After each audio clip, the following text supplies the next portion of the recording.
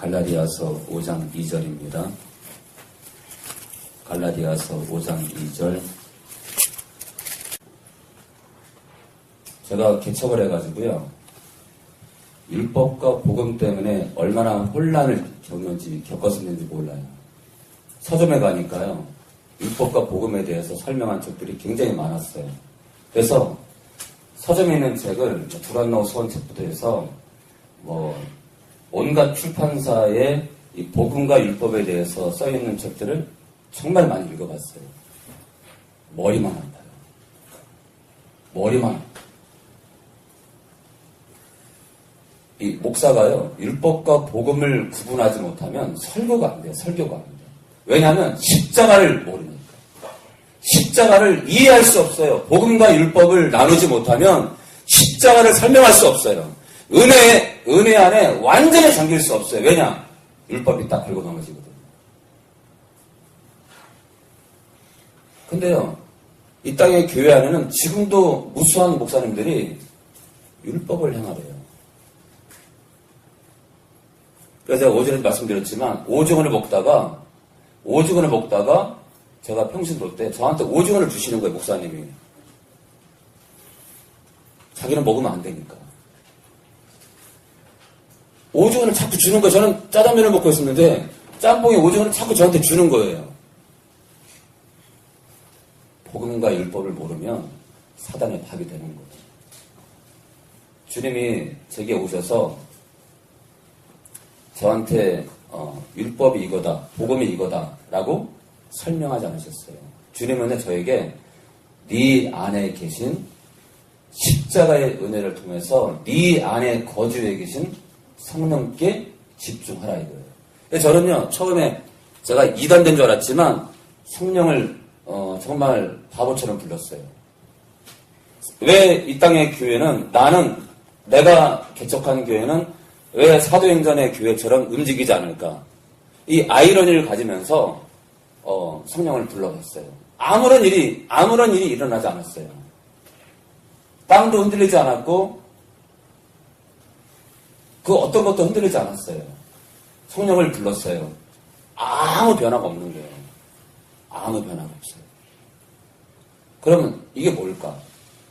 왜 보이지도 않는 성령께 집중하라고 했을까? 저는 의문점을 가지면서 말씀에 집중했어요. 말씀에 집중해서 성령을 부르면서 말씀을 보기 시작했어요. 그런데 어느 날 기가 막힌 일이 벌어지는 거예요. 어느 날. 그 어느 날은 어느 시점이 아니에요.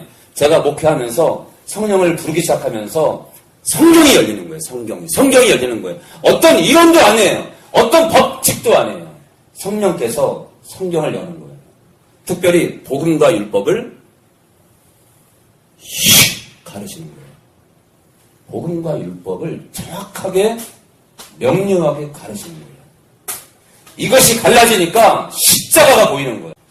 여러분들 복음과 율법을 구분을 못하면 사실 목사님들이 설교하는 거 이거 안 돼요. 설교할 수 없어요. 조금 어수선해도 집중하시기 바랍니다. 여러분들이 정신만 차리면 내 코앞에서 화산에 터져도 살아요. 정신만 차리면. 살 길이 보이니까. 아무리 교회가 타락하고 이 땅의 교회 안에 온갖 이단이 판쳐도 십자가를 붙드는 자는 살게 돼 있어요.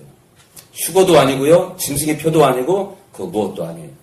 우리가 복음에 매이면 그리고 그 복음 때문에 십자가의 그 피 때문에 우리 안에 들어와 계신 성령께 집중하게 되면 여러분들 그는 진리로 우리를 인도해요.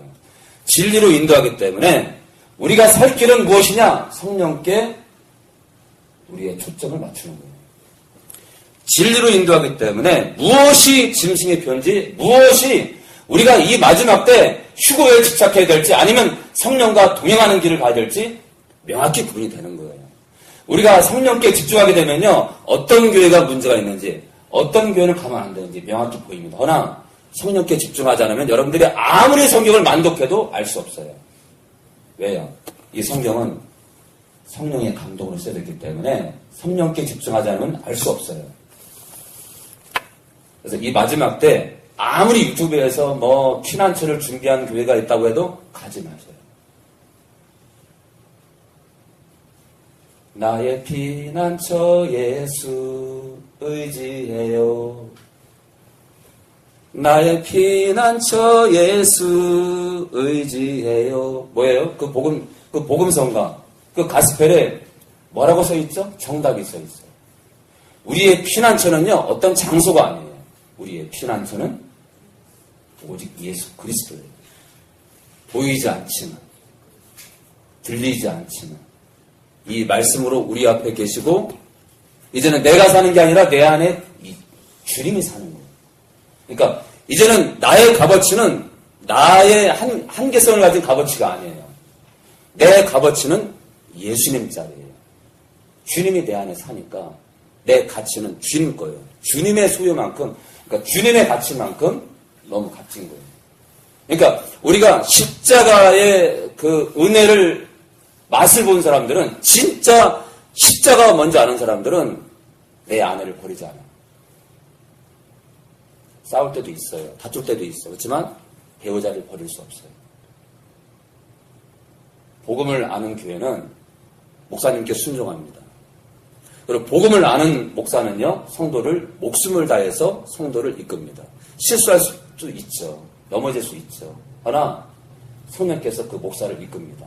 스탠드 항상 이렇게 멀리요. 성령의 능력. 그리고 항상 겸손으로 띠뜨게 하시고.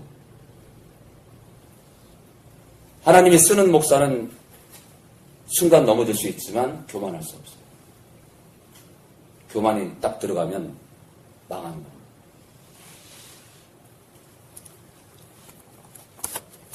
자, 그런데 얼마 전에 어떤 제 선배님이 뭐라고 하시냐면, 율법과 복음은 같다는 거예요. 너 율법과 복음은 같지 않아. 같았으면 주님이 죽을 의미가 없어. 율법과 복음은 같지 않아요. 정반대입니다. 율법은요, 죄가 죄되게 만들어요. 복음은요, 우리를 살려요. 한쪽편 강도처럼 잔인하게 살았어도 살리는 게 복음이에요. 그래서 우리가 십자가를 제대로 보게 되면, 그러니까 십자가를 보게 되면 사는 거예요. 왜 살아요? 아니, 날마다 죄 가운데 넘어지고 있는데 어떻게 살아요? 살죠. 왜요? 더러워진 예복을 날마다 빨 수 있는 그 뿌리가 뭐예요? 예수의 피입니다. 그러니까 우리는요, 이 땅에 의인이 없어. 그럼 누가 의인이에요? 예수님의 십자가, 그 보혈을 붙드는 자가 의인이에요. 그 피를 붙드는 자는 죄와 싸우게 돼 있습니다. 넘어지고 더러 쓰러지고, 그래서 일어나서 그 피를 의지해서 일어나지만, 자꾸 넘어지지만 십자가를 붙드는 자는 죄와 싸우게 돼 있습니다. 왜냐? 그 피가 너무 값지니까. 이렇게 살아서는 안 된다는 것을 성령께서 나에게 깨닫게 하시거든요. 나의 혼과 영과 관절과 보수를 찌르고 쪼개거든요. 그러니까 보혈을 의지하는 것과 성령을 의지하는 것은 같은 면이에요. 같은 면이에요. 그러나 제가 이제 인격으로 따지면 우리를 십자가의 그 은혜로 이끄시는 분은 성령님이에요. 그렇기 때문에 우리가 성령의 뒤를 바짝 쫓아서, 앞지르면 안 돼요. 바짝 쫓아서 따라가야 돼요. 앞서게 되면 교만이에요. 그래서 이 땅의 목사님들이 변절되고 있는 거예요. 절대로 성령을 앞서면 안 되는 거예요. 성령. 내 의식조차도, 내 작은 의식조차도 성령을 앞서면 안 되는 거예요. 자, 우리 3절이요. 내가 할례를 받는 각 사람에게 다시 증거하노니 그는 율법 전체를 행할 의무를 가진 자라. 율법 전체를 행하라 이거예요. 할례를 행하는 사람은. 그러니까 지금 사도 바울은 율법 전체를 따르라는 말이에요? 안 따르라는 말이에요? 율법 조항 구절에 목을 매지 말라는 겁니다. 그 의미를 벗어나는 것이 아니라 율법의 그 글자 하나하나에 목을 매지 말라는 거예요.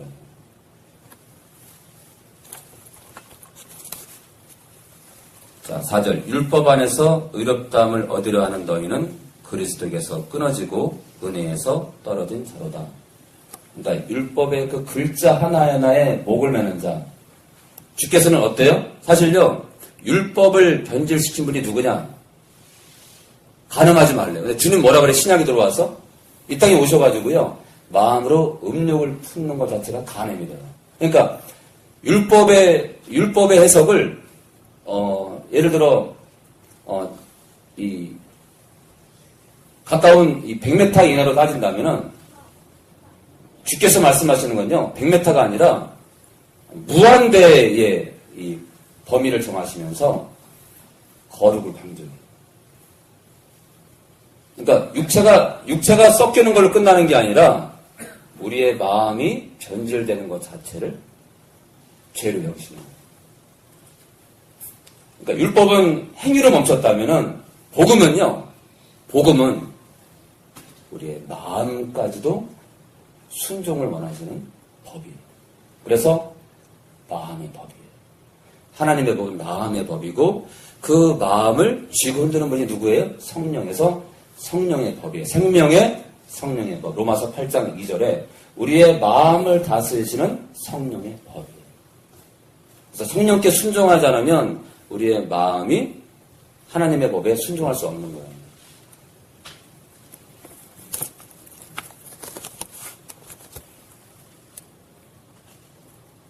자, 우리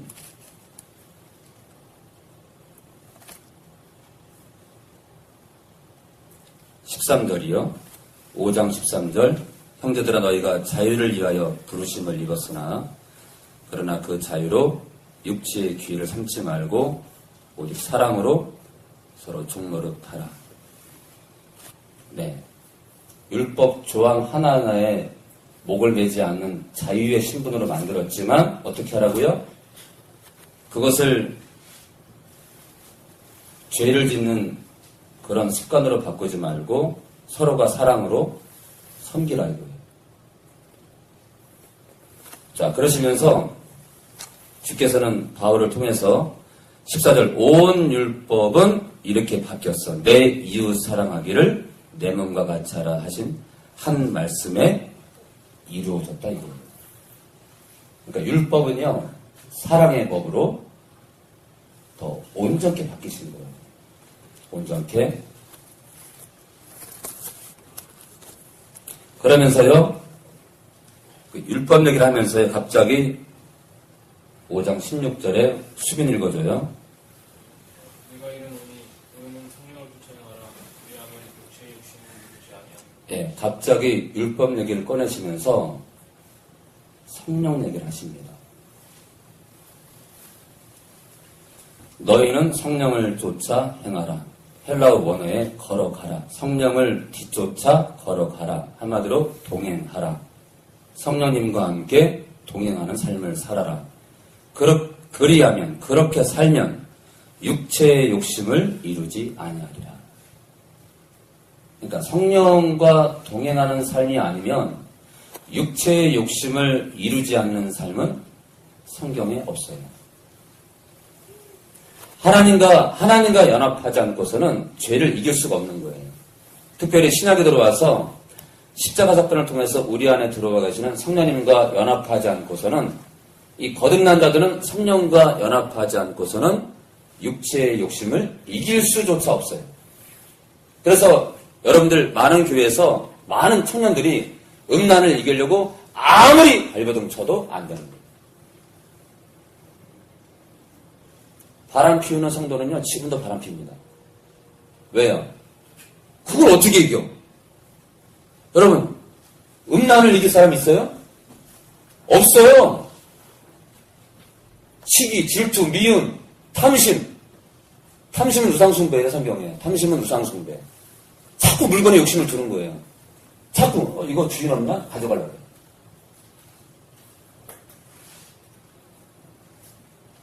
자, 성령을 그러니까 십자가의 복음을 통해서, 십자가의 그 은혜를 통해서 우리 안에 들어와 계신 성령님은 겉껍데기로 와 계신 게 아니라, 그냥 형식으로 들어와 계신 것이 아니라, 우리 마음의 밭을요, 완전히 기경하려고, 우리의 밭을 뒤집어 엎으려고 들어오신 거예요.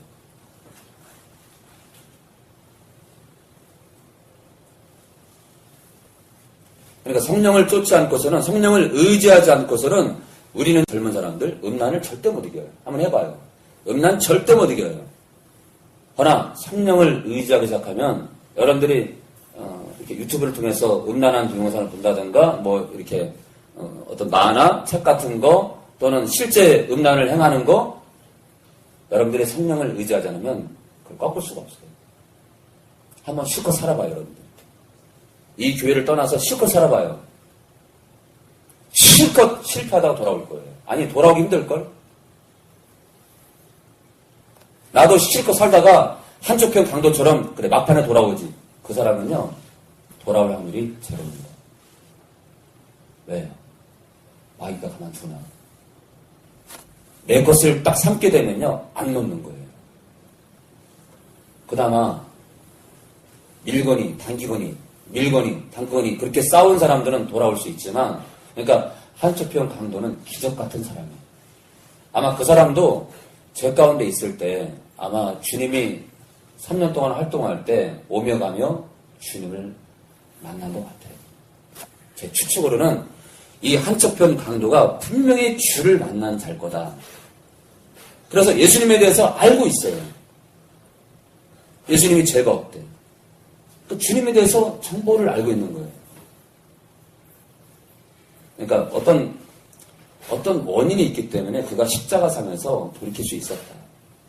그러나 그냥 2판 4판으로 흘러가면요 정말 돌아오기 힘든 거예요. 자, 우리 18절 볼까? 18절요. 18절. 너희가 만일 성령의 인도하시는 바가 되면 율법 아래 있지 아니하리라. 이게 복음과 율법이 다르다는 것을 설명하는 명확한 구절이에요. 성령의 인도는요 복음으로 인해서 생긴 결과예요. 우리가 십자가를 만나게 되면 성령께서 들어오시고 우리를 인도하기 시작하세요. 근데 이 삶은요 우리를 살리는 거예요.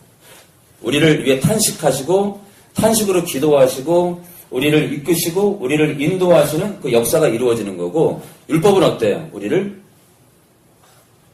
우리가 짓는 죄가 더욱 죄되게 만들어요.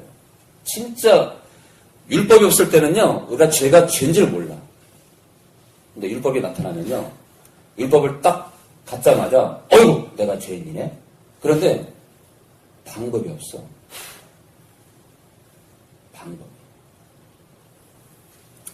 그런데 성령께서 우리 안에 들어오셔서 우리를 친히 이끄시기 때문에 율법 아래 있지 않다 이거예요. 율법 안에, 그러니까 죄 가운데 묶인 그 삶, 도저히 이렇게도 저렇게도 할 수 없는 그 삶 가운데서 있지 않고 드디어 해방될 수 있다 이거예요. 그러니까 성령의 통치가 시작되면 우리가 자유케 될 수 있다. 그게 진짜, 그러니까 진리를 알지니 진리가 너희를 자유케 하리라. 내가 곧 길이요 진리요. 저는 지금 순종에 대해서 얘기를 하고 있는데, 순종에 대해서 율법으로도 이 복음을 만난 우리가 율법으로도 순종을 이룰 수 없고요. 성령으로 가능하다. 그러니까 하나님께서 원하시는 이 거듭난 자들의 이 신앙의 순종의 삶은 성령을 쫓을 때 가능하다. 제가 지금 그것을 얘기하기 위해서 말씀을 증거하고 있습니다. 우리 사도행전 1장 4절이요.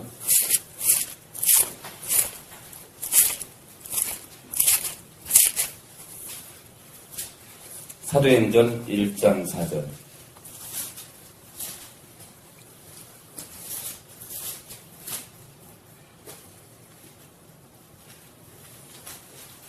사도행전 1장 4절. 그러니까 하나님께서 2000년 전에 십자가를 통해서 우리한테 뭘 요구하시냐면요. 그 에덴에서 188페이지예요. 사도행전 1장 4절 188페이지. 하나님께서 그 십자가 사건을 통해서 우리에게 정말 뭘 원하시냐면 아담이 선악과를 따먹기 전 상태로 우리를 돌려놓기 원하시는 거예요. 어떤 삶이죠? 정말 자유가 있고 기쁨으로 하나님과 연합되는 거예요. 아담이 선악과를 따먹기 전 상태로 우리를 돌려놓기 원하시는데 그러기 위해서 십자가의 은혜가 필요했고 우리 안에 성령이 들어오셔야 되는 거예요. 창세기 6장에 영원히 나의 신이 사람과 함께 하지 않겠대요. 사람 창조한 걸 후회하시고 성령을 사람들에게서 거둬가신 거예요. 그러나 십자가 사건으로 다시금 우리 안으로 우리와 동행하기 위해서 성령께서 인류 곁으로 오십니다. 그러니까 사람이 이 흙으로 빚은 사람이 하나님이 원하는 삶을 살기 위해서는요 성령과 하나 되지 않으면 살 수 없다.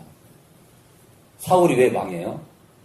사울이 망한 이유 하나님의 신에게 순종하지 않는 거예요. 하나님의 신이 사울에게 계속 감동했을 거예요. 그러나 그런 걸 뿌리칩니다. 그러니까 악신이 임하는 거예요. 악신. 구약부터 신약까지요. 대역사를 보면은 하나같이 하나님의 신에 순종하지 않은 결과는 죽음이었고요. 성령께 순종하는 삶은 영원한 삶이 보장되는 거예요. 그러니까 사람들은 왜 칼빈주의가 무서운 거냐면 예수를 믿으면 우리에게 구원이 임해요. 맞아요. 예수를 믿으면 하나님의 자녀가 돼요. 맞아요. 하늘의 시민권이 임해요. 맞아요. 거기로 끝나는 거예요.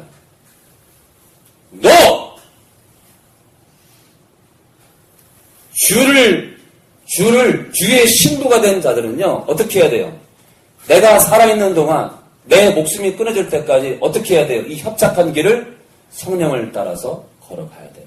그러니까, 모든 거듭난 자들은요, 주께서 십자가의 피로 우리를 자녀 삼으시고, 당신의 백성을 삼았지만, 어떻게 된다고요? 천국문 들어갈 때까지 이 협착한 길을, 이 좁은 길을 성령과 동행해야 돼요. 오직 예수님만 바라보는 삶을 살아가야 돼요. 그러니까 참 공평한 거예요. 유태인들도 주님이 그들을 쓰기 위해서 선민으로 불러요. 그런데 불순종하니까 지금까지 버려요. 그리고 일부가 돌아오고 있어요. 아주 일부 유태인들이 주님께로 돌아오고 있고 대다수는 잠들어 있어요. 그들이 버림을 받고 이방인들이 국류를 입어요. 근데요, 하나님은 공평한 게 뭐냐면, 유태인들, 이스라엘 민족도 그들을 삶 가운데 광야로 내보냈지만, 이 이방인들, 이 복음을 받아들이는 자들에게도 똑같이 광야를 허락해요. 참 아이러니죠.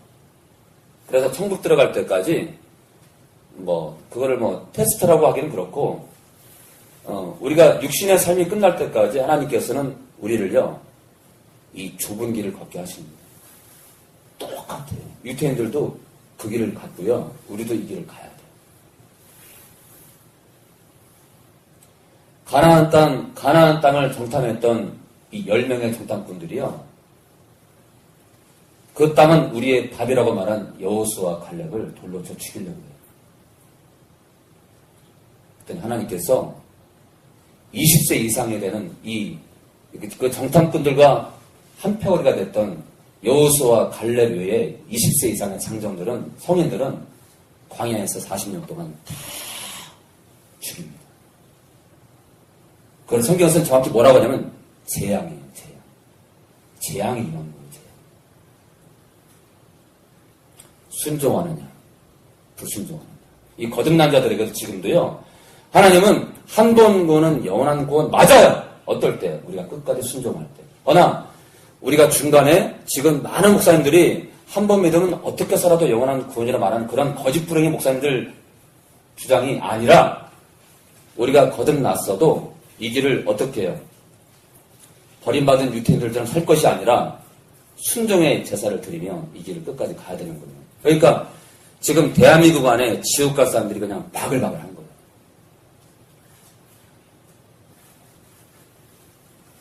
이거는요, 처참해. 이거는요, 비극이야, 비극. 한국 교회뿐만 아니라 미국 교회, 중국, 유럽 교회 똑같아요. 그리고 2000년 동안 기독교 역사가요, 교회 안에서 성령을 빼려고, 성령의 역사를 빼려고 마귀가 얼마나 덫으려고 하는지. 그나마 A.W. 토조 같은 목사님이 있었고요. 하나님께서 심어놓은 목사가 있었죠. 성령, 홀리 스피릿, 성령의 능력으로. 심지어 주님도요, 성령의 능력으로 귀신을 쫓았어요. 근데 하물며 우리 읽다 보냐, 어떻게 성령의 능력으로 사역했던 주님을 닮지 못하고 어떻게 이 땅의 교회가 살아 꿈틀걸 수 있냐 이거예요.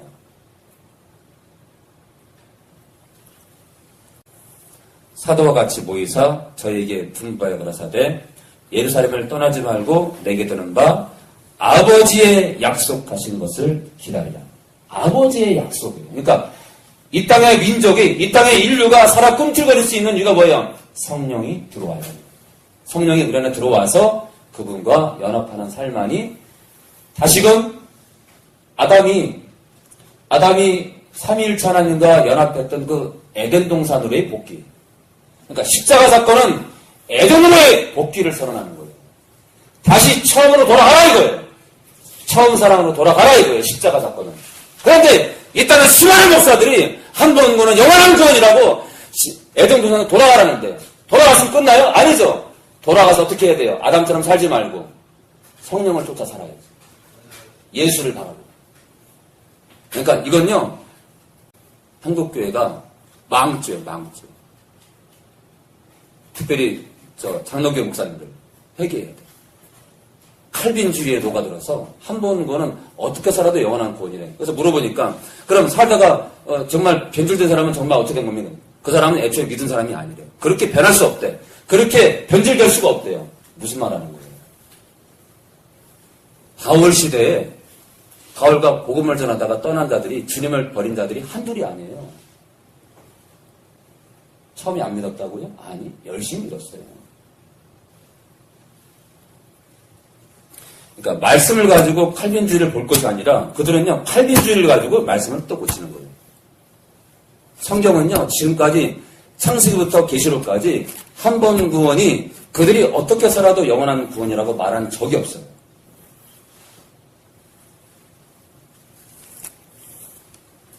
근데 있잖아요, 참 불쌍한 건 뭐냐면 이 땅에 수많은 성도님들이 가짜 목사한테 속아서, 여전히 그 칼빈주의에 속아서 내가 예수만 믿으면 영원한 구원이라고 여전히 담배 피고 술 마시고 가난하고 음란하고 시기, 질투, 미움, 용서하지 못하고 이 땅의 교회 목사를 왕으로 섬기고, 얼마나 변질된지 몰라요. 여전히 많은 성도들이 술 마셔요. 술 취하지 말라. 이는 방탕한 것입니다. 방탕이 뭐예요? 세상과 섞이는 거죠. 술 취하지 말라니까 또 술이 잔뜩 취하면 안 돼. 그런 것만 말하는 거예요. 아니요. 술을 마시지 않는 겁니다. 술을 먹지 않는 거예요. 술을 먹게 되면요, 사람이 담배 피게 되고요. 술을 먹게 되면 여자를 찾게 돼 있어요. 단란주의를 가게 돼 있어요. 타락하게 돼 있어요. 변질되게 돼 있습니다. 사람이 술을 먹게 되면요, 이 악한 영과 연합이 되게 돼 있어요. 영적으로 보면.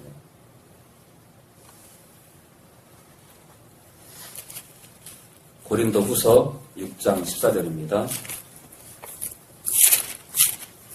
고린도 후서 6장 14절이요.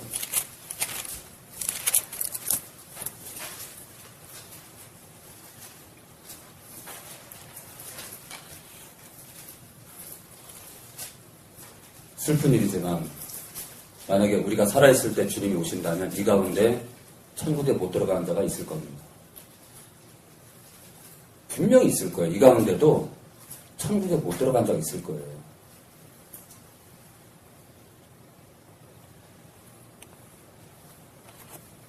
우리 영나이가 읽어주세요. 14절. 너희는 믿지 않는 자와 mon의를 같이 하지 말라. 의와 불법이 어찌 함께하며 빛과 어둠이 어찌 사귀며. 예, 믿는 자가 믿지 않는 자와 왜 사귀냐 이거예요. 하나님 말씀은 2000년 동안 변함이 없어요. 믿는 자는요, 믿지 않는 자와 섞이지 말라 이거예요. 그들에게 복음을 전하지만 사랑해서 결혼하려고 하지 말라 이거예요. 사업을 하더라도 믿지 않는 자와 같이 하지 말라 이거예요. 16절이요. 하나님의 성전과 우상이 어찌 일치가 되리요. 우리는 살아계신 하나님의 성전이라. 우리는 하나님의 살아계신 성전이에요. 우리는요. 우리 정말 우리의 영과 혼과 몸이 구원받은 하나님의 성전이에요. 그래서 구원받지 못한 육체와 이 결혼을 맺는 것, 결혼 관계를 맺는 것 정말 합당하지 않습니다. 변질되게 딱 좋아. 처음에는 교회 나간다 그래요. 안 나갑니다. 우리 희정이도 인정하죠. 희정이도 주와 주를 만났지만 중간에 떠났었잖아요. 그쵸? 참 돌아오기 힘들었죠. 그래. 불교도 믿었었죠. 그래. 주님을 믿던 자가 얼마든지 변질됩니다. 돌아오기가 힘든 거예요. 저기 앉아있는 것 자체가 기적이에요. 자, 히브리서 2장 1절이요. 곧 끝내겠습니다. 히브리서 2장 1절. 허나 제가 이렇게 얘기해도 순종치 않는 자는 제가 그랬잖아요. 천국에 들어가지 못할 거라고요. 제가 믿지 않는 자와 결혼하지 말라고 해도 결혼한 사람은 어때요? 믿지 않는 자의 욕심을 들어주다가 자기도 그 욕심에 빠지게 되고 어때요? 하늘과 상관없이 땅의 것을 소망하며 살게 돼 있어요. 그래서 믿지 않는 자, 특별히 남자가 믿지 않는 경우는 참 힘듭니다. 여자가 믿는 경우. 처음에는 출발을 잘하지만 어때요? 점점 자신도 교회를 안 나가게 되고 나중에는요. 왜 교회 안 나가냐고 권면하는 친정아빠나 친정아버지를 탓합니다. 따지게 되고요. 나가든 말든 신경 끄라 이거죠. 그래서 우리가 믿지 않는 자와 결혼하는 것을 금해야 됩니다. 자, 우리 2장 1절이요. 우리 소연 씨 읽어주세요. 그러므로 모든 들은 것을 우리가 더욱 간절히 삼갔으니 흘러 떠내려갈까 염려하노라. 예, 흘러 떠내려간다 이거예요. 제가 어릴 때요. 하천가에서 놀다가 슬리퍼를 신고 있었는데 뛰어놀다가 슬리퍼를 놓쳤어요. 그러니까 그 하천가 물이 그런 데로 흘러가는데 막 둥둥둥 떠내려가는데 그걸 잡을 길이 있어야지. 그래서 그걸 잃어버려가지고요. 한쪽 슬리퍼만 해가지고 동생을 얻고 올라왔다니까요. 떠내려갑니다. 떠내려가면요. 놓치는 거예요. 떠내려간다는 것은 우리가 구원을 잃어버릴 수 있다는 걸 얘기하고 있어요. 지금. 주님과 상관없는 자가 될 수 있다. 자, 2절 연락이 계속이요. 선사들로 하신 말씀이 견고하게 되어 모든 범죄함과 순종치 아니하니 동변된 보응을 받았거든. 네, 제가 지금 계속 순종에 대해서 얘기하고 있는데요. 성령께 순종하는 문제, 또 믿지 않는 자와 멍에를 매지 말라는 그 말씀에 순종하는 문제, 많은 얘기를 하고 있습니다. 자, 우리가 어떤 범죄든 범죄함과 순종치 아니함이 구약을 보더라도요. 대가를 받았어요. 죽음이에요. 죽음. 정탐꾼의 말에 귀를 기울인 20세 이상의 이스라엘 백성들이요. 광야에서 다 재앙으로 죽었어요. 순종치 않은 결과는 죽음입니다. 죽음. 멸망이에요. 멸망. 계속이요. 우리가 이같이 큰 구원을 등한히 여기면 어찌 피하리요. 이 구원은 처음에 주로 말씀하신 바요. 들은 자들이 우리에게 확증한 바니. 그래요. 우리가 십자가의 은혜로 허락하신 이 큰 구원을 우리가 등한시 여기면, 우리가 값없이 여기면, 이것을 외면하고 살면 어찌 우리가 그 공의로운 보응, 대가, 순종치 않으로 받은 그 재앙, 멸망, 그 받은 이스라엘 민족들처럼 우리도 십자가로 이룬 구원을 우리가 소홀히 한다면 헬라어 원어의 등한시, 소홀히 그 복음을, 그 십자가 은혜를 소홀히 여긴다면 어찌 우리 또한 그 대가를 받은 이스라엘 백성들, 저주받은 이스라엘 백성들과 달리 어찌 그것을 피할 수 있냐 이거예요. 똑같이 저주가 난다 이거예요. 여러분들, 이스라엘 백성들이 순종치 않음으로 지금까지도 유태인들은요, 그리스도에게 돌아오지 않습니다. 아주 소수 빼놓고. 그러니까 우리가 말씀에 순종하지 않으면 죽는 거예요. 말씀이 그러면 안 거예요. 어가 있을 수 없어요. 구원을 받은 우리가 말씀에 순종하지 않으면 어떻게 된다고요? 공의로운 대가를 받는 거예요. 하나님은요, 공의의 하나님이에요, 공의. 죄를 지은 자는요, 심판이에요, 심판이에요. 그러니까, 거듭났다 하더라도, 우리의 삶은요, 죄를 밀어내고, 육체의 욕심을 성령의 능력으로 싸워 이겨야 되는 거예요. 그렇지 않으면 다 죽음이죠. 히브리서 4장 11절이요.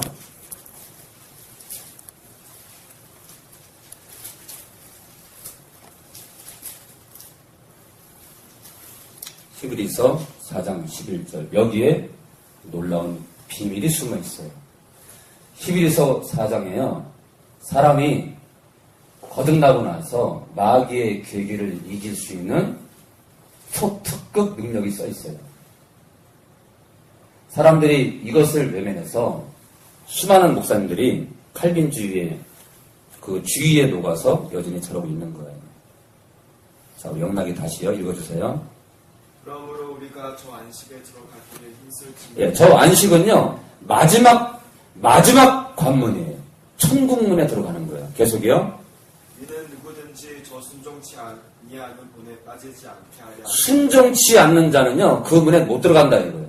유태인들처럼 하나님께서 선민으로 불렀건만 지금까지도 저러고 있는 것처럼 우리 이방인들, 이 은혜, 십자가의 은혜로 말미암아 사망에서 건진 우리도 순종치 않으면 못 들어가는 거예요. 그러니까 우리가 저 안식, 저 마지막 관문까지 이 광야를 통과해야 되는 거예요. 그런데 제가 성령을 쫓아 행하라 그러잖아요. 그럼 우리가 성령을 쫓으면 그분은 우리를 진리 가운데로 인도해요.